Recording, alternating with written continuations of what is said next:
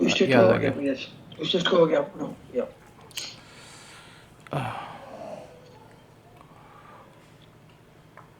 अम,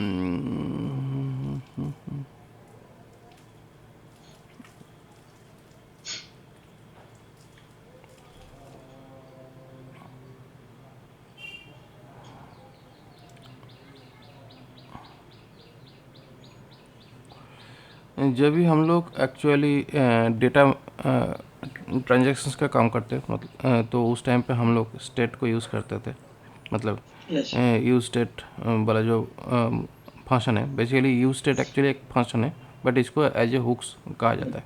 ठीक है। जब भी ओके। बेसिकली यूज़ वाला सिंटेक्स, मतलब आप किसी भी चीज़ के साथ देखोगे, वो बेसिकली एक हुक्स होता है बाय डिफ़ॉल्ट। ये तो एक फंक्शन ही है, ऐसा नहीं है कि ये दूसरा कुछ है, ये एक्चुअली फंक्शन ही है।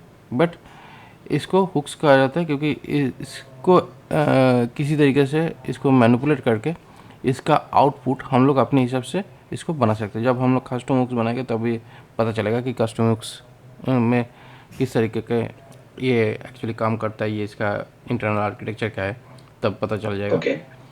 तो ये एक्चुअली काइंड ऑफ फंक्शन है जिस फंक्शंस के अंदर से ये दो पैरामीटर्स निकलता है, और इसको हम यस। लोग अपने हिसाब से जो यस। नाम देते हैं उसी हिसाब से ये बिहेव करता है। लेकिन इसका पहला पैरामीटर जो करेक्ट। होता है वो वेरिएबल होगा, सेकंड पैरामीटर वैल्यू जो होगा फंक्शन होगा। ये फंक्शन एक्चुअली होगा, यस। प्रोसेस है। बट इसको समझने के लिए, इसको हम लोग को अच्छे से ट्रीट करने के लिए यहाँ पे अपने हिसाब से नाम दिया जाता है, जो ओके। अपने कोडिंग के अंदर अच्छे से यूज़ कर पाते हैं। क्योंकि बेसिकली यहाँ पे यूज स्टेट जो है, यहाँ पे हम लोग इनिशियली कौन सी डेटा डालेंगे वो यहाँ पे डालते हैं, और सेकेंडरी जो पार्ट है यहाँ पे इंडेक्स वन में वेरिएबल नेम डिक्लेयर किया जाता है, और इंडेक्स टू में एक्चुअली फंक्शन नेम डिक्लेयर किया जाता है। हेलो। हेलो, सुनाई दे रहा है? Hello, hello. Yes, yes. तो पहली पार्ट अच्छा, में आपका आपका आवाज थोड़ा कट हो, आपका आवाज थोड़ा कट हो रहा है। मेरा आवाज़ काट हो बीच रहा में है। बीच में जा रहा है आपका आवाज। मेरे ख्याल से नेटवर्क इशू हो रहा होगा आपके उधर। आपका आवाज बीच में कट हो रहा है हाँ, आपका बीच में। अभी अभी भी कट हो रहा है क्या? हेलो, हेलो, अभी भी कट हो रहा है क्या? मेरे इधर नेटवर्क इशू तो नहीं है, फुल रेंज दिखा रहा है मुझे। ठीक है, एक बार सर मुझे आपका आवाज है ना, अभी भी बोल रहे हैं ना आप? अभी भी, यस, अभी भी। अभी भी हो रहा अभी है? अभी थोड़ा इम्प्रूव हुआ है इसका तो। अभी जब बोलते हैं ना तो कट, जैसे कर ऐसे। हेलो, अभी अभी हो रहा है, यस। हेलो, अभी हेलो, ओके, अभी ओके। हेलो। ऑल ओके ना? अभी ओके? हेलो। हाँ, सुनाई दे रहा वो नेटवर्क। है। Poor network. नहीं, अभी अभी आ रहा है, अभी अच्छा आ रहा है। मेरे यहाँ पे भी पुअर नेटवर्क दिखा रहा है। हेलो, अभी आ रहे हैं सर। अच्छा, आई अच्छा। Can hear you now. ठीक है। अभी ठीक है ना? कुछ तो है प्रॉब्लम। अभी अभी अभी अभी अभी इम्प्रूव हो रहा है सर। अभी आ रहा है। ठीक है, मैं एक बार क्या आई करता हूँ। Can hear you. ओके। आपको हेलो। अभी देखिए तो। हेलो। हाँ, हाँ, मैं सुन रहा हूँ यस, आपको। अभी okay. I can hear you. मैं अभी स्क्रीन शेयरिंग ऑफ कर चुका हूँ, तो अभी ठीक है ना? Hello, hello. नहीं, नेटवर्क इशू है। नेटवर्क इशू हो रहा है। नेटवर्क इशू हो रहा है शायद। हेलो, आप सुन पा रहे हो? हेलो। अभी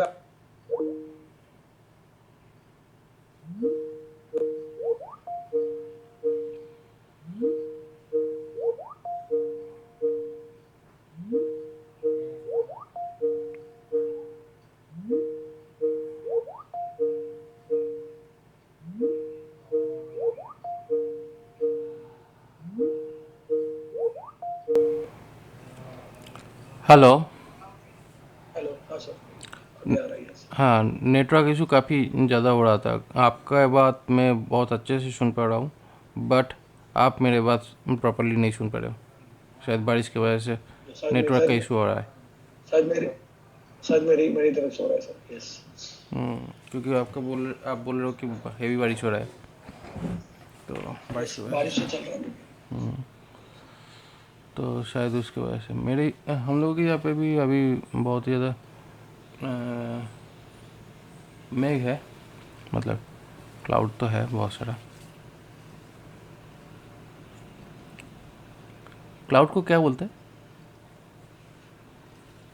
मराठी में उसको डग बोलते हैं। हैं? डग डग डग डाग, डग डग बोलते हैं। डग डाब, डग यस डग यस डाग, डागा। डग करेक्ट करेक्ट नो से राइट। हम लोग मेघ बोलते हैं। मेघ तो हिंदी हिंदी वाला मेघ मेघ वर्षा यस। मराठी में डग बोलते हैं। एक्चुअली मेघ जो है वो हिंदी में भी है मेघ, मेघ,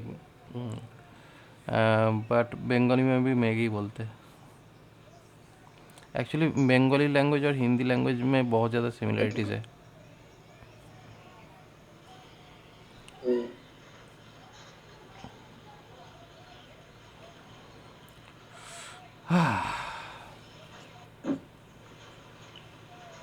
तो अभी यहाँ पे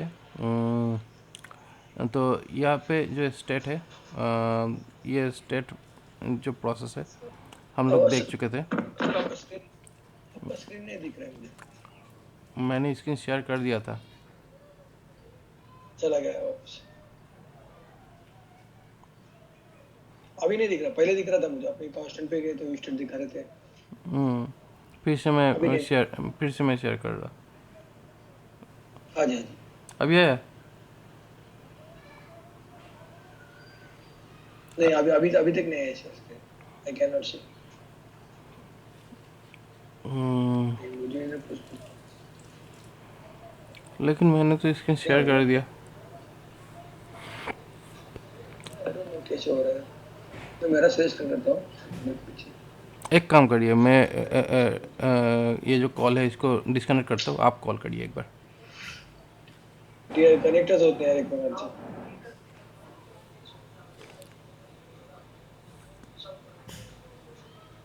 नेटच नाही का? Hello sir. हाँ हाँ, नेट ही नहीं लग रहा है मुझे। थोड़ा है ना डीवी में। हाँ, अभी दिख रहा है सर। अभी अभी दिख रहा है। दिख रहा है। अभी दिख रहा है सर। लेकिन मेरे ख्याल अभी से दिख रहा है। आज क्लास ड्रॉप करना चाहिए, क्योंकि आपके जो सिचुएशन है ना, बहुत ज़्यादा पुअर हाँ सिचुएशन है नेटवर्क का। मतलब मुझे वही लग रहा है क्योंकि आप कंटिन्यू दो बार चला गया आपने। क्योंकि बेसिकली इस तरह का अगर चलेगा तो ये हम लोग क्लास नहीं कर पाएंगे प्रॉपरली। चलेगा सर। No problem. तो ठीक है, तो थर्सडे। थर्सडे या कल बैठे, जो भी, अगर वेदर ठीक रहा तो। मैं कल मैं कल कहाँ मैं कल का बताता हूँ आपको। एंड ऑफ डे में आपको पिंग करता हूँ। ओके। ठीक है, ठीक है, क्योंकि बेसिकली आज तो क्लास नहीं हो पाया, तो कल ही बैठते हैं नहीं अगर कल नहीं होता। कल ही बैठे क्योंकि अभी नेटवर्क का ही आई डोंट नो। अभी अभी मुझे दिख रहा है स्क्रीन। अभी मुझे स्क्रीन दिख रहा है बट अभी। हाँ, अभी हम लोग जाने वाले थे तो इसलिए ठीक हो गया। ठीक है, ठीक है, ओके ठीक है करते कंटिन्यू करते। ठीक है, कंटिन्यू करते हैं। तो बेसिकली क्या हुआ, तो यहाँ पे जब भी हम लोग स्टेट वाला जो हुक्स है वो हम लोग यूज़ कर रहे, बट उसके बाद एक दूसरा हुक्स हम लोगों को ज़रूरत पड़ता है, जो होता है यूज़ इफेक्ट। तो यूज़ इफेक्ट किस तरीके से काम करते हैं वो देखते हैं। तो हम लोगों का यहाँ पे कॉन्टैक्ट पेज लिया था। यहाँ पे कॉन्टैक्ट फॉर्म के बारे में कुछ दिखाया हुआ है यस क्या? आपने दिखाया था कॉन्टैक्ट फॉर्म में ही दिखाया था आपने कि माउस पे होता है ऐसे दिखाया था।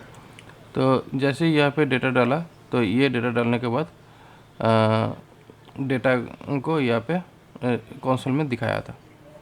यस ये सारा डेटा कंसोल में दिखाया था। तो यस जैसे ही ये डेटा कंसोल में दिखाया, तो इस डेटा को दिखाने के बाद इसको अगर सर्वर साइड में सेंड करना है, मतलब इस डेटा को अगर सर्वर साइड में सेंड करना है तो वो कैसे करेगा? तो सर्वर साइड में डेटा सेंड करने के लिए हम लोग यहाँ पे एक काम कर सकते हैं, एक सर्वर साइड मॉड्यूल हम लोग क्रिएट कर सकते हैं। ठीक है, तो सर्वर साइड मॉड्यूल आप किसी भी लैंग्वेज पे कर सकते हो, किसी भी स्ट्रक्चर के साथ कर सकते हो, कोई दिक्कत नहीं है। बट मैंने यहाँ पे क्या करता हूँ, मैं जावास्क्रिप्ट में काम कर रहा हूँ, तो मैं जावास्क्रिप्ट का एक server side module quickly create कर लेता हूँ। तो मैंने यहाँ पे एक सर्वर मैं क्रिएट कर रहा हूँ, और सर्वर के लिए मैंने नोड जेएस का एक्सप्रेस मॉड्यूल यूज़ करूँगा। तो यहाँ पे बेसिकली मैं एक सैम्पल सर्वर के लिए पहले नोट पैकेज डॉट जेसन जो है उसको इनिशियलाइज करना पड़ा। तो उसके लिए मैंने क्या किया, npm init init -y करके मैं पैकेज इनिशियलाइज किया, और यहाँ पे इसको इनिशियलाइज करने के बाद मैं अभी इसको एक काम कर रहा हूँ। इसमें मैंने नोड जेएस का मॉड्यूल, मतलब नोड जेएस नहीं, एक्सप्रेस जेएस का मॉड्यूल जो है वो यूज़ करेंगे। तो ये बेसिकली है एक्सप्रेस जेएस, जो सर्वर साइड एप्लीकेशन बनाने में हेल्प करता है। ओके तो मैंने इसको इंस्टॉल कर रहा हूँ। सर, यहाँ पे दो क्वेश्चन थे। जैसे पैकेज जेसन ऑलरेडी अपने पास था सर, क्योंकि आप लास्ट अनफेयर में जाएंगे वहाँ पे पैकेज और जेसन नहीं। हम लोग ने सर्वर के अंदर वापस पैकेज और जेसन क्यों यूज किया? पैकेज डॉट जेसन अगर नहीं यूज, पैकेज डॉट ऑटोमेटिक बनता है एनपीएम इंस्टॉल के बाद, बट हाँ, क्यों ऐसे? क्योंकि पैकेज डॉट जेसन जो है ना, ये बेसिकली हम लोगों का सेटअप फाइल होता है, सॉफ्टवेयर सेटअप फाइल। बेसिकली क्या होता है, नोड जेएस में जब भी हम लोग काम करते हैं तो नोड जेएस में पैकेज डॉट जेसन जो है वो बेसिकली एंटायर एप्लीकेशन का पैकेजेस, मतलब बेसिकली यहाँ पे जो डिपेंडेंसी है इस डिपेंडेंसी को मेंटेन करता है। डिपेंडेंसी उसके बाद हम लोग का जो एप्लीकेशन स्टार्टिंग जो है या एप्लीकेशन को बिल्ड करना, जो भी हम लोग करते हैं एप्लीकेशन रिलेटेड, वो सारा ये इस पैकेज डॉट जेसन के थ्रू ही मेंटेन किया जाता है। तो इसी वजह से ये पैकेज डॉट जेसन को पहले इंस्टॉल करना पड़ता है, और पैकेज डॉट इंस्टॉल हो जाने के बाद फिर यहाँ पे मैंने नोड मॉड्यूल्स के अंदर वो एक्सप्रेस मॉड्यूल को मैंने यहाँ पे यूज़ किया।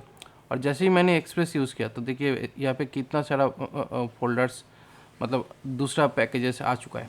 मेन तो हम लोगों को ज़रूरत था ये एक्सप्रेस, लेकिन एक्सप्रेस के अंदर अगर जाते, एक्सप्रेस के अंदर बहुत सारा थर्ड पार्टी डिपेंडेंसी है। एक्सप्रेस मतलब बेसिकली यहाँ पे जितने भी मॉड्यूल्स है ना, ये एक अलग अलग सॉफ्टवेयर है, अलग अलग पैकेज है। तो अभी ऐसा है क्या, जैसे हम लोग का जो क्लास 21 है, अब क्लास 21 में जाओ ना, क्लास 21 फोल्डर के अंदर, यस, उसके अंदर भी हम लोग के पास पैकेज डॉट जेसन है, करेक्ट? हाँ, यस, नोटबुक ओके।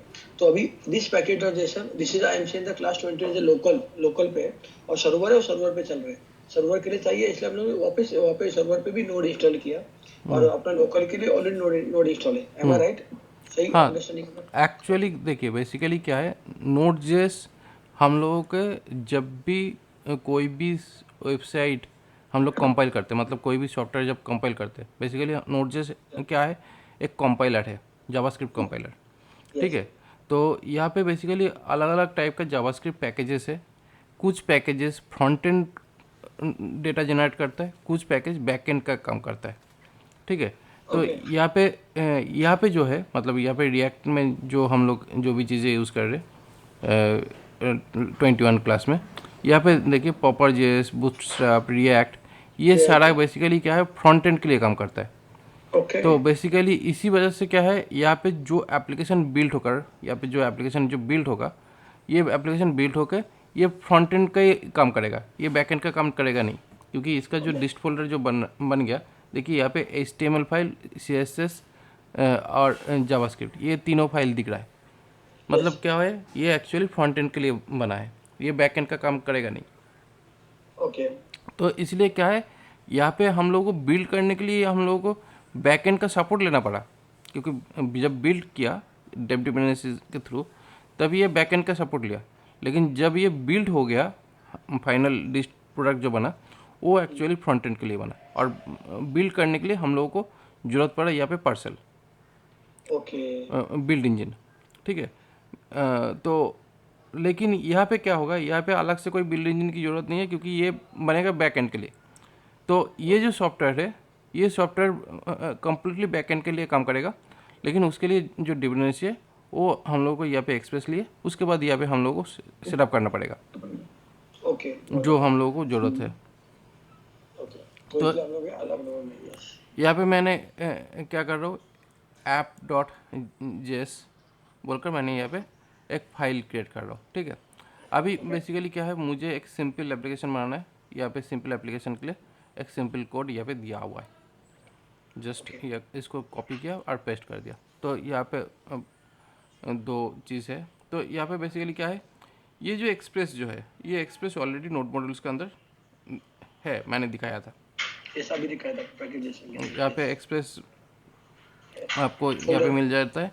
और यहाँ पे यस एक्सप्रेस में जैसे ही हम लोग जाते तो यहाँ पे एक्सप्रेस के अंदर index.js जो है ये फाइल को एक्चुअली पॉइंट कर रहा है इस पर्टिकुलर फंक्शन में। ये रिक्वायर जो फंक्शन है, ये रिक्वायर फंक्शन नोड जेएस का फंक्शन है, ठीक है। नोड जेएस का इंटरनल फंक्शन है। इसी के through actually third party dependency को यहाँ पे ऐड किया सर्वर साइड में काम पे लगाने के लिए, ठीक है। अदरवाइज़ क्या होता अगर ये इस तरीके से क्योंकि बेसिकली क्या है, रिक्वायर फंक्शन जावास्क्रिप्ट में अगर इस तरह का फंक्शन में कॉल कर रहा हूँ तो वो फंक्शन तो कहीं ना कहीं होना चाहिए।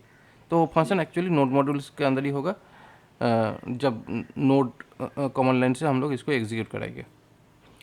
तो उसके बाद जो एक्सप्रेस जाएगा, वो एक्सप्रेस एक्चुअली एक फंक्शन है जिस फंक्शन से एक ऐप क्रिएट होगा।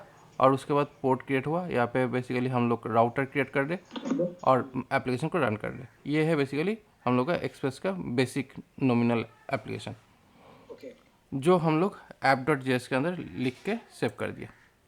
अभी इसको चलाना है। इसको चलाने के लिए नॉर्मली हम लोग किस तरीके से चला सकते हैं, जैसे ही हम लोग यहाँ पे जो भी सेटअप हो चुका है उसके बाद यहाँ पे normally node space app dot JS, जैसे हम लोग टेस्टिंग करते हैं जावास्क्रिप्ट नॉर्मली, वैसे ही यहाँ पे node space app dot JS करने से यहाँ पे ये दिखा दिया कि अभी ये एप्लीकेशन स्टार्ट है। तो जस्ट हम लोग ब्राउज़र में जाके लोकल होस्ट 3000 पोर्ट में अगर देखेंगे तो ये हम लोगों का हेलो वर्ल्ड दिख जाता है। ओके ये हो गया सिंपल से एक web application through node JS, और server side. Server side application. अभी हम लोगों को इसको इसलिए यूज़ किया क्योंकि आपका एप्लीकेशन बैकएंड कोई कुछ भी हो सकता है, क्योंकि आपका ये जो सिमिलरिटीज़ है इसका फ्लास्क अगर आप जानते हो पाइथन में पाइथन में ऑलमोस्ट सेम है, हाँ जी yes। ठीक है। तो पाइथन में भी ऐसे ही आप एक ऐप के लिए फ्लास्क का ऐप क्रिएट करते हो। उसके बाद आपको राउटर एनोटेशन से आप राउट क्रिएट करोगे और उसको स्टार्ट कर दोगे पाइथन से। तो कॉन्सेप्ट बैकएंड में आप कुछ भी रख सकते हो, काम एक जैसे ही करेगा। फ्रंट एंड में रिएक्ट है। तो अभी हम लोग को चाहिए क्या, एपीआई हम लोग क्रिएट करते हैं। तो ऐप डॉट गेट में आप अभी के लिए डालते हैं। तो यहाँ पे एपीआई स्लैश जो डेटा डालेगा, मतलब यहाँ पे contact TSCT contact contact request हम लोग डालेगा, जो सर्वर साइड में जाके ये एग्जीक्यूट होगा। बट यहाँ पे कॉन्टैक्ट एपीआई जो है, अभी के लिए मैंने इसको तो मतलब गेट मेथड से ये एपीआई कॉन्टैक्ट दिखा रहा हूँ। जो बेसिकली क्या होगा, यहाँ पे जैसे ही मैंने एपीआई एंड पॉइंट बना दिया ओके डाल दिया। तो यहाँ पे एपीआई स्लैश गेट ना सर, एपीआई स्लैश नहीं, API slash front slash missing था। तो ये फ्रंट स्लैश की वजह से ये प्रॉब्लम हुआ है। तो यहाँ पे अच्छा, और एक वजह से प्रॉब्लम है। बेसिकली क्या है, जब हम लोगों का ये नोड.जेएस में कोई भी अपडेट हम लोग करते, इस अपडेट को जब तक हम लोग बंद नहीं करते, এই বাপি বেরোচ্ছিস, এটা নিয়ে যাবি এই ফর্মটা? ও ঠিক আছে। तो जैसे ही यहाँ पे आपका कुछ भी अपडेट हुआ जावास्क्रिप्ट के अंदर, फिर से आपको क्या करेगा, एक बार बंद करके फिर अपडेट करना होगा, तब जाके ये अपडेट आपको एपीआई एंड पॉइंट जो अपडेट है वो यहाँ पे आएगा। ओके क्योंकि ये बेसिकली स्टैटिक हो जाता है रन होने के बाद। तो इसलिए अगर कुछ भी यहाँ पे अपडेट कर रहे तो उसको अपडेट करने के बाद उस डेटा को हम लोगों को थोड़ा सा एनवायरनमेंट को ऑफ करके फिर ऑन करना पड़ता है। उसके बाद यहाँ पे हम लोग यूज़ करेंगे पोस्ट डेटा। तो पोस्ट डेटा जैसे हम लोग यूज़ करेंगे तो पोस्ट करके यहाँ पे रिक्वेस्ट एंड रिस्पॉन्स ये दोनों जो ऑप्शन है वो हम लोगों को मिलेगा। तो अभी यहाँ पे क्या है, जो रिक्वेस्ट मेथड है, मतलब जो भी हम लोग रिक्वेस्ट डेटा मिलेगा, तो यहाँ पे मैंने यहाँ पे डेटा बोलकर रिक्वेस्ट डॉट बॉडी जो एक्चुअली हम लोगों का सर्वर मतलब वो फ्रंट एंड में जब हम लोग यूज़ करेंगे उस डेटा को यहाँ पे डालेंगे और उसी डेटा को एक्चुअली हम लोग रिटर्न कर देंगे फ्रंट एंड में। तो बेसिकली यहाँ पे मेनली डेटा आया, जो डेटा मिला उस डेटा को एक्चुअली क्या है, अगर सेव करना है तो यहाँ पे डेटाबेस का इंटीग्रेशन बहुत सारा चीज़ें करना पड़ता है। बट अभी हम लोग सिर्फ चेक कर रहे कि सर्वर साइड में डेटा जा रहा है और उस डेटा को हम लोग भेज रहे हैं फिर से फ्रंट एंड में। ठीक है, तो क्या होगा, हम लोग को थोड़ा सा अंडरस्टैंडिंग होगा कि हाँ हम लोग को डेटा सर्वर साइड से घूम कर आया है, तो इसका मतलब सर्वर साइड में डेटा गया है। अभी उस डेटा को कैसे काम करना है वो अगली जो काम है वो कम्प्लीटली सर्वर साइड का है होगा डेटा सेविंग का, क्योंकि डेटा सेविंग फ्रंट एंड से हो नहीं पाएगा। ठीक है, तो फ्रंट एंड सिर्फ एपीआई को रिक्वेस्ट कर सकता है डेटा सेव करने के लिए, डेटा पुल करने के लिए, और बैक एंड को रिक्वेस्ट करेगा। तो उसके लिए मैंने ये मॉड्यूल जो है बना रहा हूँ। फिर से एक बार सर्वर को रिस्टार्ट कर लिया। सर्वर रिस्टार्ट करने के बाद ये सर्वर का काम हो गया। तो अभी यहाँ पे हम लोगों के पास दो सर्वर रन कर रहे हैं। देखते हैं अभी इसको इंटीग्रेशन कैसे करेंगे। तो अभी इसका इंटीग्रेशन के लिए यहाँ पे जो रिएक्ट ऐप है जो ऑलरेडी है, तो यहाँ पे मैं डेटा डाल रहा हूँ और ये डेटा यहाँ पे दिखाई दे रहा है। तो इस डेटा को हम लोगों को सर्वर साइड से रिस्पॉन्स लेना है। मतलब बेसिकली जब कॉन्टैक्ट में जाएगा तो यहाँ पे हम लोग को डेटा कैसे आएगा, दिखेगा कैसे, मैसेज दिखेगा contact API and point and data के साथ जो डेटा हम लोग सेंड कर रहे हो। ठीक है, इसी तरीके से हम लोगों को अभी दिखेगा। तो अभी ये भेजेगा कैसे, तो अभी इसके लिए हम लोग जाते हैं नोड.जेएस के पास, कॉन्टैक्ट के पास। अभी यहाँ पे जैसे सबमिट हो रहा है, तो सबमिट होने के बाद यहाँ पे हम लोग को सबमिट वैल्यू इस तरीके से दिख रहा है जो कंसोल में आके यहाँ पे दिख रहा है। तो मैंने यहाँ पे ये जो एपीआई एंड पॉइंट जो है ये बना हुआ था, मतलब मैंने लास्ट दिन शायद क्लास में दिखाया था, बट इसको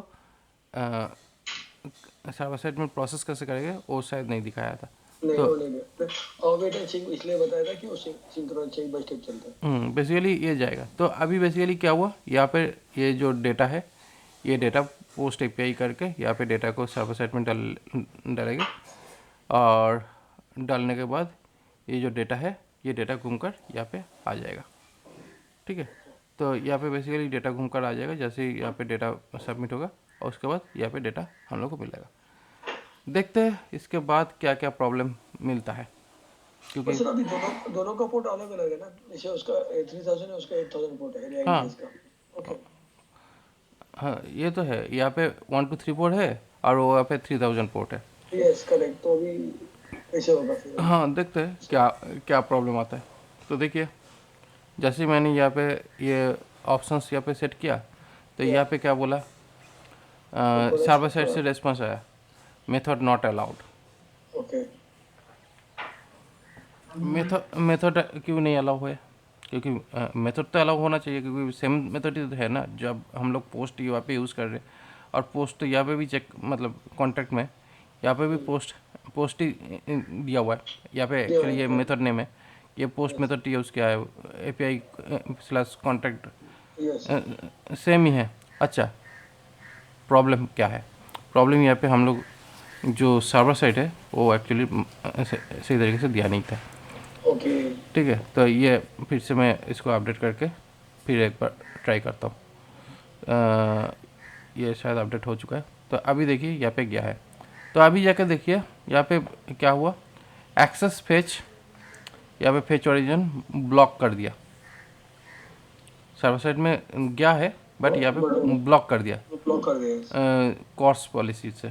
ठीक है, तो ये एक्चुअली सर्वर साइड हर एक सर्वर साइड में आपको ये प्रॉब्लम दिखेगा हर एक सर्वर साइड एप्लीकेशन में, ओके क्योंकि ये सेम ही है ये प्रॉब्लम। तो ये प्रॉब्लम आपको हर एक सर्वर साइड में दिखेगा। जैसे ही आपको ये प्रॉब्लम दिखेगा, इसका प्रॉब्लम का सॉल्यूशन एक ही है, क्योंकि आपको ये क्रॉस प्रोजेक्सी जो ऑरिजिन है, क्योंकि यहाँ पे दोनों सर्वर अलग है, यहाँ पे सर्वर अलग है, यहाँ पे सर्वर अलग है, करेक्ट सॉरी सर। 1 2 3 4 ऐप ठीक था। इसका सर्वर अलग है। तो ये दोनों सर्वर अलग होने की वजह से आपको यहाँ पे प्रॉब्लम दिखता है।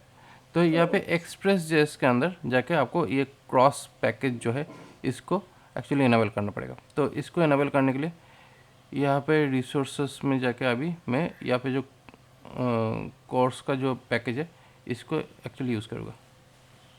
ओके npm install for तो इसको इंस्टॉल करेंगे सर्वर साइड में। तो सर्वर साइड में जाते हैं, तो यहाँ पे मैं सर्वर साइड वाला पार्ट को यहाँ पे बंद करता हूँ, फिर मैं यहाँ पे इंस्टॉल करता हूँ। सूडो लिखना पड़ेगा, ये मेरा परमिशन इशू रहता है मैक में।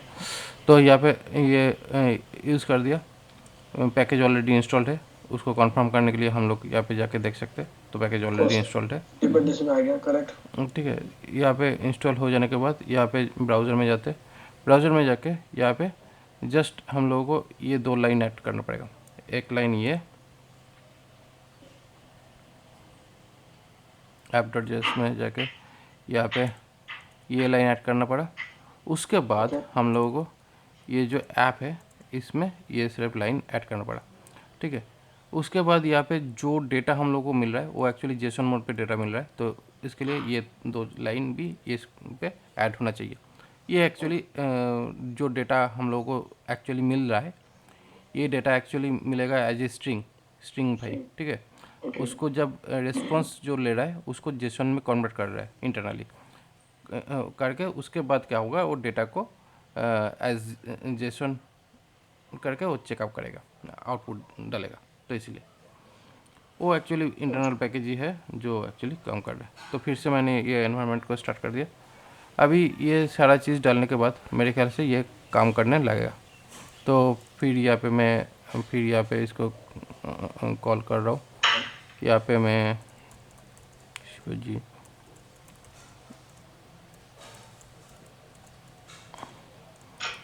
टेस्ट मैसेज डाल के सबमिट, देखिए आ चुका है सर्वर से, सर्वर साइड से घूमकर डेटा आ चुका है, ठीक है। तो इसी तरीके से ये एक्चुअली सर्वर वाला काम होता है। उसके बाद तो सर्वर का काम सर्वर का ही है, जो डेटा सेव करेगा, एप्लीकेशन का जो बिल्डिंग होगा वो पूरा इसी तरीके से चलेगा। बट डेटा जो सेंड करने का जो तरीका था वो यही था। ओके दोनों अलग, ओके व्हाट अ पॉइंट। तो बेसिकली यहाँ पे डेटा जब हम लोग सेंड करते हैं तो यहाँ पे फेच एपीआई, मतलब ये फेच एपीआई जो है ये ब्राउज़र का फंक्शन है, लेटेस्ट जावास्क्रिप्ट फंक्शन है। यहाँ पे हम लोग थर्ड पार्टी फंक्शन भी यूज़ कर सकते हैं, जैसे कि एक्सियोस बोलकर एक फंक्शन लाइब्रेरी होता है। बट अगर हम लोगों को यहाँ पे फेच में अगर कोई भी तरह का दिक्कत मिलता है तभी जाकर हम लोग एक्सियोस यूज़ कर सकते हैं, क्योंकि एक्सियोस बहुत ज़्यादा एडवांस लेवल का लाइब्रेरी है। अगर हम लोगों को सिंप्लीफाई प्रोसेस में काम कर रहे हैं तो हम लोग फेच को यूज़ कर सकते हैं, जिसमें हम लोगों का दिक्कत नहीं होगा इनिशियली। तो ये फेच एपीआई से हम लोगों का डेटा में डेटा भेजना, डेटा टाइप हम लोग हेडर में बोल दिया है कि कौन सी तरह का डेटा टाइप से हम लोग भेजना चाहते हैं, कौन सी मेथड का यूज़ करके भेज रहे हैं और क्या डेटा भेज रहे हैं, वो हम लोग यहाँ पे दे दिया। जैसे ही डेटा घूम कर आ जाता है, अगर हम लोग चाहते हैं कि वो फील्ड जो है फिर से वो रीसेट हो जाए, क्योंकि यहाँ पे जो भी फील्ड हम लोग यहाँ पे सेटअप किया था, तो अभी फील्ड सेटअप करने के लिए यहाँ पे हम लोग फॉर्म रेप को यूज़ किया।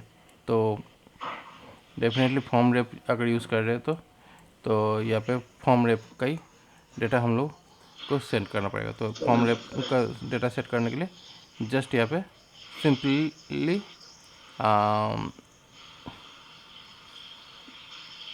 ये ठीक है हो चुका है। तो बेसिकली यहाँ पे डिस्प्ले मैसेज में आ जाएगा, आ जाएगा। अभी है नहीं, तो अभी जैसे ही क्लिक करते तो यहाँ पे फॉर्म सबमिटेड ये मैसेज दे दिया और यहाँ पे क्लीन कर दिया। ओके ठीक है, तो ये हुआ बेसिकली प्रोसेस फॉर्म मैनेजमेंट का, जो डेटाबेस में मतलब सर्वर साइड में हम लोग डेटा को सेंड कर रहे, और उस डेटा को सेंड करने के बाद उसके बाद एडिशनल डेटा के साथ हम लोग मैसेज मिल गया। ओके ठीक है, इसी तरीके से एक्चुअली डेटा का जो साइट है वो यहाँ पे यूज़ करते हैं। ओके, ऐसा होता है आपने तो always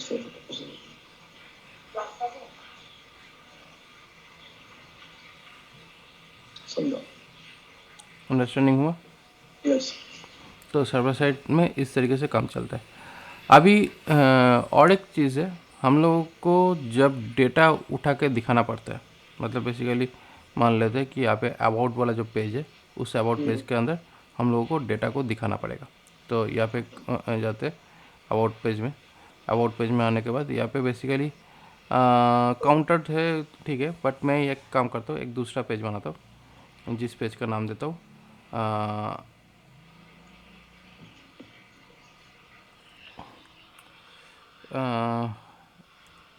users dot TSX। Okay, ये दिया एक्सपोर्ट डिफ़ॉल्ट यूज़र्स। यहाँ पे एक इस तरह का एक UI ले लिया, बना लिया। ओके यस अभी इसको राउटर में फिल करते हैं।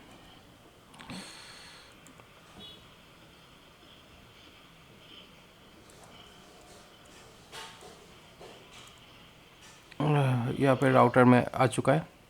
तो अभी यहाँ पे राउटर में ये मिल गया। अभी हम लोगों को ये जो दूसरा जो पेज है, एक बार स्टेप देखना पड़ेगा। ठीक है, ज़्यादा कुछ प्रॉब्लमेटिक। अच्छा, यहाँ पे ये इसके थ्रू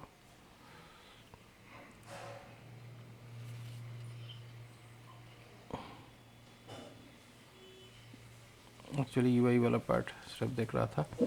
तो अभी यहाँ पे क्या कर रहा हूँ, बस ठीक ही है, मतलब यूज़र में भी ठीक ही है, ये तो हमने हाँ ये हमने काउंट किया। ठीक ही है। बेसिकली अलग से कुछ करने की ज़्यादा ज़रूरत पड़ेगा नहीं लग रहा है।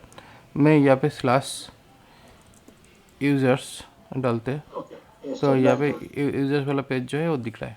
ठीक है, करेक्ट यस यूज़र वाला पेज दिख रहा है। तो अभी इस यूज़र पेज में क्या करते हैं, हम लोग दूसरा एक API से डेटा लेंगे। जेसन प्लेस वाला टाइप कोड बोलकर एक दूसरा साइट है जहाँ पे मॉक डेटा मिलता है, मॉकिंग डेटा। तो यहाँ पे 10 यूज़र्स का एक जेसन डेटा यहाँ पे मिल रहा है। ओके तो इसी डेटा को हम लोगों को फेच करना है। तो फेच करना का जो प्रोसेस है वो तो सेम है, बट उसको यूज़ कैसे करेंगे वही है मेन प्रॉब्लम। तो यहाँ पे जैसे ये फेच डेटा का वाला जो पार्ट है, मतलब यहाँ पे जब डेटा हम लोग फेच करते हैं, तो डेटा फेच करने के लिए हम लोग को यहाँ पे क्या करना होगा, यहाँ पे कॉन्स्ट, यहाँ पे स्टेट यूज़ करना होगा, यूज़र्स जिसके अंदर डेटा आएगा। यस उसके बाद सेट यूज़र्स भी ज़रूरत पड़ेगा। तो उसके बाद यहाँ पे ये जो यूज़र्स डेटा है वो उसको डाला जाएगा। अभी यहाँ पे करना क्या है, यहाँ पे हम लोग एक टेबल क्रिएट करेंगे। एक टेबल क्रिएट करेंगे। टेबल के अंदर टेबल का जो हेड है उसमें टेबल आईडी, मतलब यूज़र आईडी जो है, नेम, ईमेल डाल के ये डेटा दिखाएगा। और उसके बाद यहाँ पे यूज़र का जो मैप होगा करके डेटा डालेगा, क्योंकि यूज़र में जो डेटा आएगा वो एक्चुअली उस तरीके से डेटा आ सकता है। यहाँ पे एक ऑप्शन दे रहा है कि यहाँ पे बटन क्लिक करके डेटा को कॉल किया जाए। ओके सर, आपने कौन सा एक्सटेंड यूज किया? एक्सटेंशन यूज किया तो ऑटोमेटिक डेटा आपका डेटा फिलअप हो रहा है। ये विंडसर्फ, विंडसर्फ ए ऑटोमेटिक। ओके विंडसर्फ ये आपको मिल जाता है, जो बेसिकली आपको ऑटोमेटिकली डेटा फिल करता है। लेकिन ये कभी कभी प्रॉब्लम भी करता है। अगर आपको प्रॉपर नॉलेज ना हो तो आपको कंफ्यूज कर दे सकता है। स्टार्टिंग में तो नहीं यूज करूंगा ऐसे। नहीं, आप चाहो तो यूज़ कर सकते हो, दिक्कत नहीं है, बट सिर्फ कौसा नहीं है कि समझ के करना है। या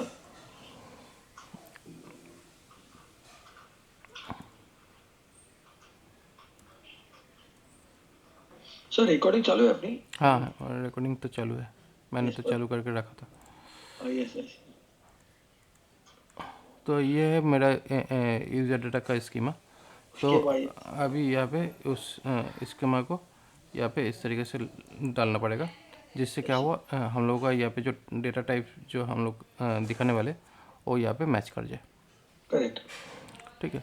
तो यहाँ पे अभी हम लोग को डेटा लोड करना है। डेटा लोड करने के लिए यहाँ पे एक ऑप्शंस दिया है, बटन दिया है, जिस बटन को फेच करके हम लोग को डेटा को पॉपुलेट करेगा और डेटा यहाँ पे शो करेगा। तो यहाँ पे एक ये ऑप्शंस हम लोगों को ऑलरेडी बन चुका है इस पेज के अंदर। देखिए यहाँ पे ये आया, जैसे ही यहाँ पे क्लिक करेंगे, क्लिक करने से क्या हुआ, कुछ तो इफेक्ट तो होना चाहिए।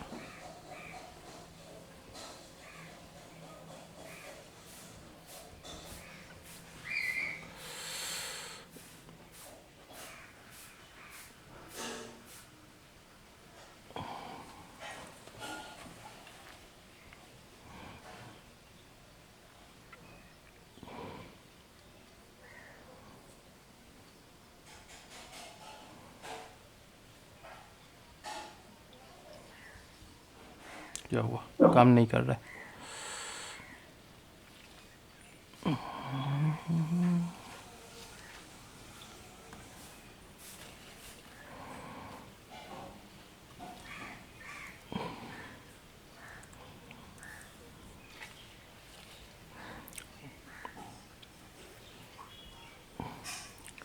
क्या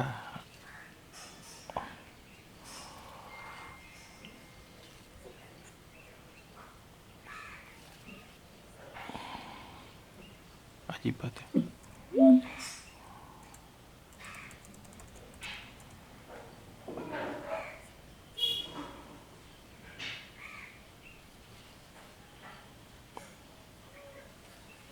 अच्छा, यहाँ पे जो यूज़र जो अटैच किए है, ये यहाँ पे अटैच करके फ़ायदा नहीं हुआ है, इसको शायद यहाँ पे अटैच करना पड़ेगा।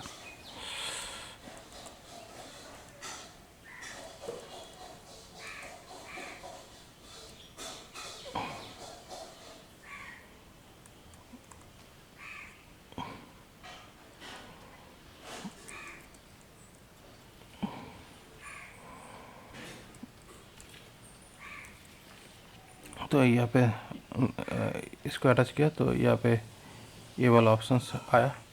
अच्छा, ओके। अभी यहाँ पे एक प्रॉब्लम है, कि प्रॉब्लम यही है कि हम लोगों का ये जो एपीआई एंड पॉइंट जो है ना, यस। ये एपीआई एंड पॉइंट कभी कभी डेटा देता नहीं है। ओके। क्योंकि अभी बेसिकली प्रॉब्लम क्या है, यहाँ पे बहुत सारा लोड बढ़ गया है, मतलब बहुत सारे लोग इसको डमी एपीआई के हिसाब से टेस्ट करते रहता है, तो इसका सर्वर इतना ज़्यादा बिजी हो चुका है, तो ये रेस्पॉन्स देने में फेल कर जाता है। ओके। तो एक काम करते हैं, इसका जो डेटा है इसको कॉपी किया, कॉपी करने के बाद मैंने इस डेटा को अपने लोकली अपना सर्वर जो बनाया है उसमें ही फिट करते हैं। यहाँ पे गेट में ही आएगा, तो यहाँ पे गेट में हम लोग API/users करके इस जगह पे हम लोग डाल दें। डेटा को फिट कर दिया पूरा, ओके। जो था एज इट इज़ यहाँ पे फिट कर दिए।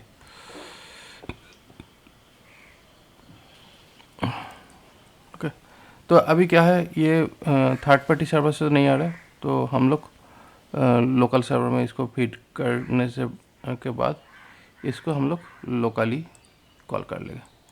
लोकल होस्ट यस लोग खोलो 3000 HTTPS नहीं होगा, ये होगा।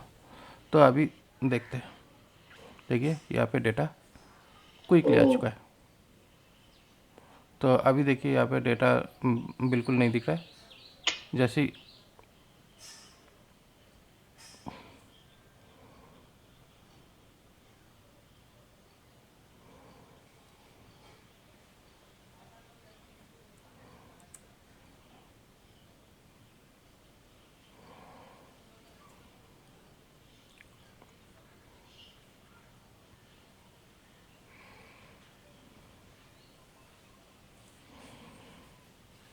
ओह, इस सर्वर को एक बार रिस्टार्ट करना पड़ेगा। या सर क्या एक्चुअली क्या हुआ था, वो जो एपीआई एंड पॉइंट का जो रेस्पॉन्स था यहाँ पे पहले वो आ गया था, बट यहाँ पे जो हम लोग अपडेट किए थे इसके जगह पे जो डेटा देकर अपडेट किए थे वो डेटा अभी यहाँ पे नहीं दिख रहा था, तो जिसकी वजह से वो प्रॉब्लम दिख रहा था। अभी देखिए डेटा आ रहा है, यस ठीक है। तो ये लोकली हम लोग को मिल रहा है, तो ये जितनी बार हम लोग करेंगे उतनी बार हम लोग को यहाँ पे इस तरीके से डेटा दिख रहा है डेटा लोड दिख रहा है, yes. लेकिन ये लोड जब कर रहे हैं उसके हिसाब से यहाँ पे दिख रहा है। बट क्या है, हम लोग चाहते हैं कि इसको ऑटो लोड में लाने में, ठीक है। तो ये बेसिकली ऑटो लोड में तभी आ सकता है, ये जो फंक्शन है यहाँ पे, जो फंक्शंस यहाँ पे लिखा हुआ है ये फंक्शन, इस फंक्शंस के लिए हम लोग एक अलग से फंक्शन क्रिएट करते हैं, ओके और क्लिक के ऊपर हम लोग अलग से यस लोड फंक्शन, ठीक है। तो लोड फंक्शंस का बेसिकली ये एक्चुअली एक फंक्शन है, बट इस लोड फंक्शंस को हम लोग यहाँ पे बटन के अंदर अगर लोड यूज़र्स इसको यहाँ पे क्लिक करते तो यहाँ पे जैसे ही आपने फिर यहाँ पे ब्लैंक आ जाता है, और जैसे ही आप इसके ऊपर क्लिक करोगे तो तब जाके यहाँ पे डेटा आएगा। अभी क्यों प्रॉब्लम हुआ?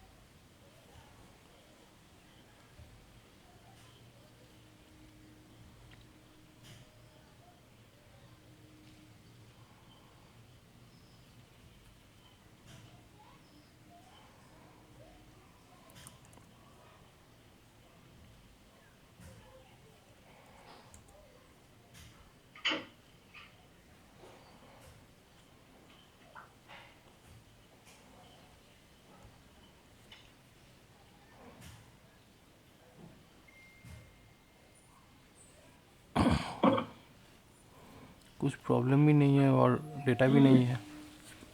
ओह सॉरी, ये फिर से अरे जैसे मान लो जैसे हम लोग क्लोज कर रहे हैं हम लोग उससे सर्वर से कॉल कर रहे थे तो आउटर सर्वर रेस्पॉन्स नहीं करता है। अभी अभी नहीं कर रहा है, मैं बहुत दिन देख रहा हूँ।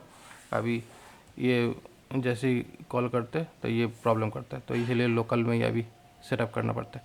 तो लोकल में सेटअप करके यहाँ पे डेटा हम लोग को दिख गया है। Yes. तो अभी ये जो डेटा यहाँ पे दिखा, इस डेटा को अभी किस तरीके से इसको ऑटो रीलोड करते हैं। तो ऑटो रीलोड करने के टाइम पे हम लोग यहाँ पे यूज़ इफेक्ट ये फंक्शंस को कॉल कर देंगे, और इसमें एक्चुअली ये जो यूज़र लोड वाला जो फंक्शन है या इस ये जो है इसको हम लोग इसके अंदर डाल देते हैं। ये बेसिकली क्या होता है, ये आपको जैसे ही आप इस पेज में आते हो, मतलब बेसिकली क्या है, आप दूसरे पेज में गया और जैसे ही आप इस पेज में आते हो तो आपको ऑटोमेटिकली डेटा लोड हो जाता है।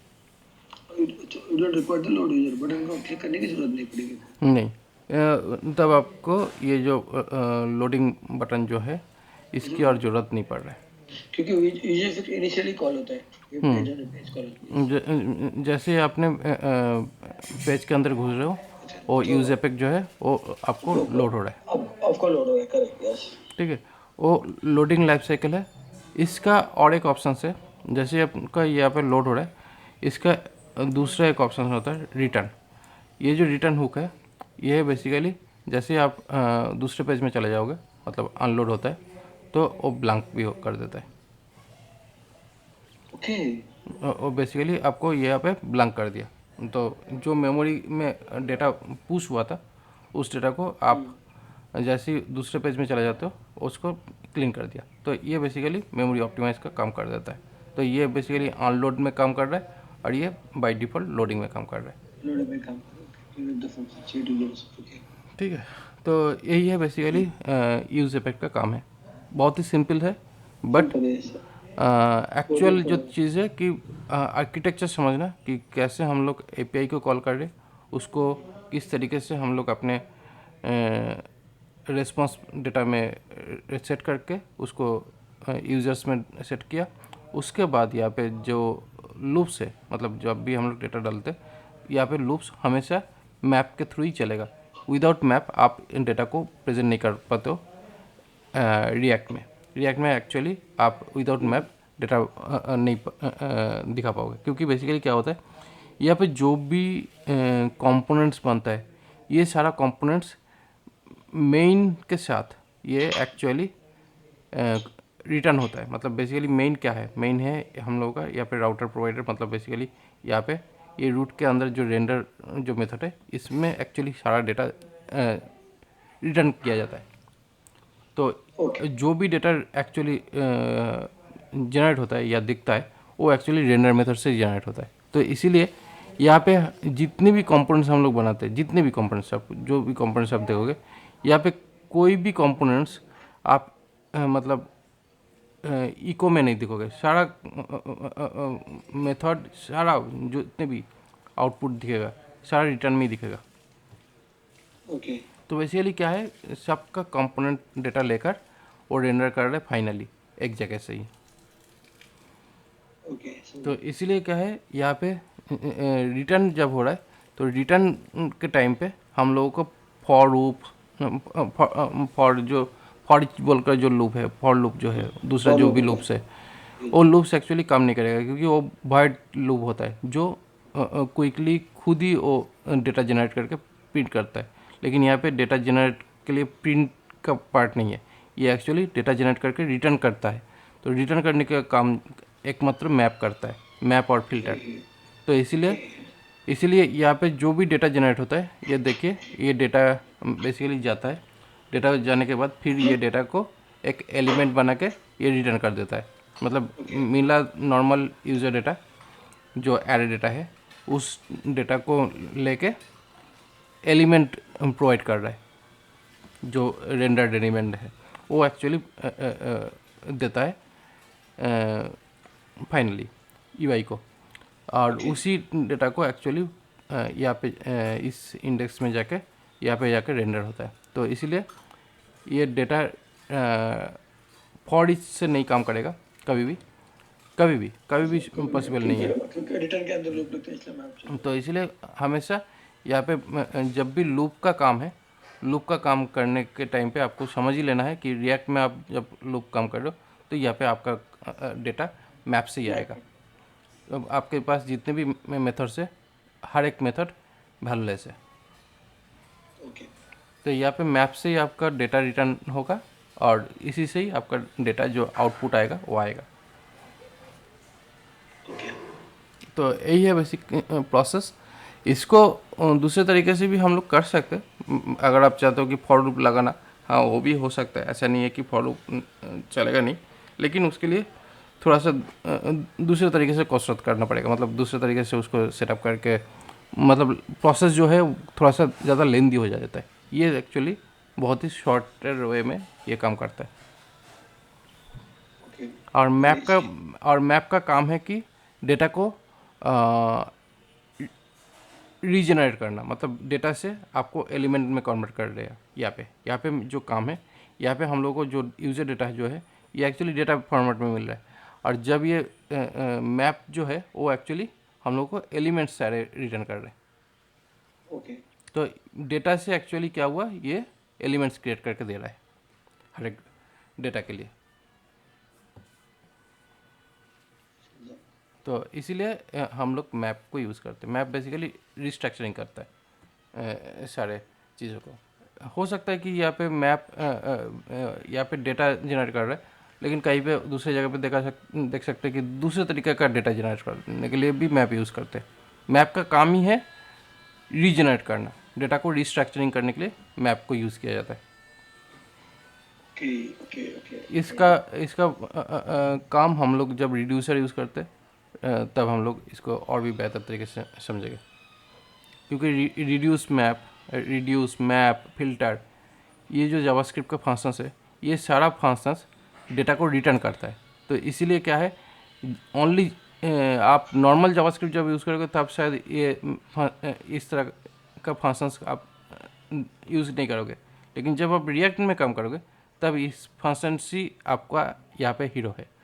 आपका सारा काम इसी फंक्शंस के थ्रू ही ये आपका एक्चुअल जो रिक्वायर्ड चीज़ है वो इसी फंक्शंस के ऊपर ही देता है। ओके। तो बहुत अच्छा। इसीलिए इम्पोर्टेंट फंक्शन है। इसीलिए क्या होता है, आपको नॉर्मली मैप शायद दिखता नहीं होगा जब भी आप जावास्क्रिप्ट में काम करोगे, लेकिन रिएक्ट में जब काम करोगे तो रिएक्ट में मैप फिल्टर रिड्यूस ये बहुत ही ज़्यादा इम्पोर्टेंट फंक्शंस होता है। ओके। तो इसलिए इसके अलावा दूसरा जो फंक्शंस है जो नॉर्मली जावास्क्रिप्ट में यूज़ होता है वो यहाँ पे इनवैलिड है, उतना ज़्यादा यूज़फुल नहीं है। समझे? तो यहाँ पे बेसिकली हम लोग आज क्या किया टास्क में, आज का टास्क यही था कि हम लोग एक सर्वर साइड एनवायरनमेंट सेट किया जहाँ पे हम लोग 2-3 एपीआई एंड पॉइंट्स क्रिएट किए। एक में डेटा हम लोग पोस्ट किए, दूसरे में डेटा हम लोग गेट किए, वेट किया। और उसको हम लोग अलग अलग कंपोनेंट्स में उसको देखा। डेटा पोस्ट करने का जो प्रोसेस है वो हम लोगों का बना हुआ था, सिर्फ एपीआई एंड पॉइंट को प्रॉपर्ली सेटअप करना पड़ा।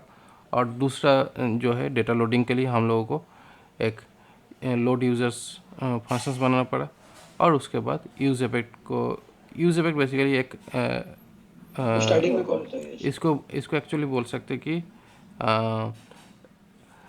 When load user components mount, मतलब बेसिकली ये कंपोनेंट माउंट जब होता है, बेसिकली ये काइंड ऑफ बोल सकते कि कंस्ट्रक्टर फंक्शन है। मतलब बेसिकली जैसे ही आपका ये कंपोनेंट यहाँ पे बोला कि कंपोनेंट माउंट्स, मतलब बेसिकली जैसे ही हम लोगों को यहाँ पे ये यहाँ पे कंपोनेंट जब दिखता है उसी टाइम पे ये लोड यूज़र को कॉल करेगा, और जैसे ही ये अनलोड होगा तब यहाँ पे इसको क्रिएट करेगा, मतलब क्लीन कर देगा। ओके। चलो प्रैक्टिस कर लेता हूँ आज मैं। ठीक है, तो ये दोनों चीज़ है जो आपको हेल्प करता है। ओके। सिंपल चीज़ है बट इफ़ेक्टिव है। इफेक्टिव है। आप थोड़ा सा प्रैक्टिस करिएगा तो ये कॉन्सेप्ट हार्ड नहीं है, बहुत ही सिंपल है। नहीं सर, कर लेता हूँ। सर्वर साइड इफेक्ट वही लिख रहा था, सब पॉइंट बना रहा था मैं क्या क्या करना है। रिएक्ट में एक सर्वर साइड इफेक्ट जो बता वही पॉइंट लिख रहा था। क्योंकि यहाँ पे जो कॉन्सेप्ट है एक्चुअली ये आप जब जावास्क्रिप्ट के साथ काम करते हो तो जावास्क्रिप्ट में आपको सारा सॉल्यूशन एक जगह पे एक ही लैंग्वेज के अंदर मिल रहा है, लेकिन जब आप इंडस्ट्री में काम करोगे तब शायद किसी जगह पे दूसरा चीज़ यूज़ होगा और दूसरी जगह पे दूसरा कुछ, तो ऐसे चलते रहता है।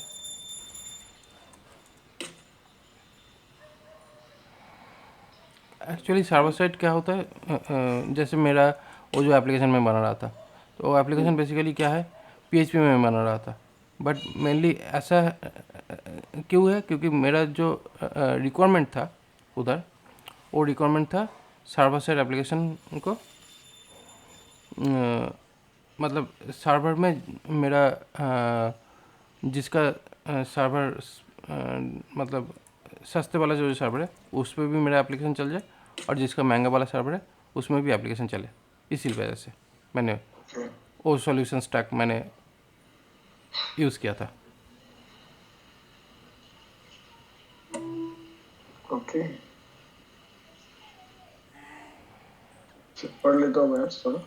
वन क्योंकि बेसिकली आपको हर एक काम के लिए मतलब जो अलग अलग लैंग्वेज फ्रेमवर्क जो भी है वो सब आपको सेम आउटपुट सेम चीज़ ही देगा। सिर्फ लैंग्वेज स्पेसिफिक आपका उसका कोड पता होना चाहिए। एग्रीड।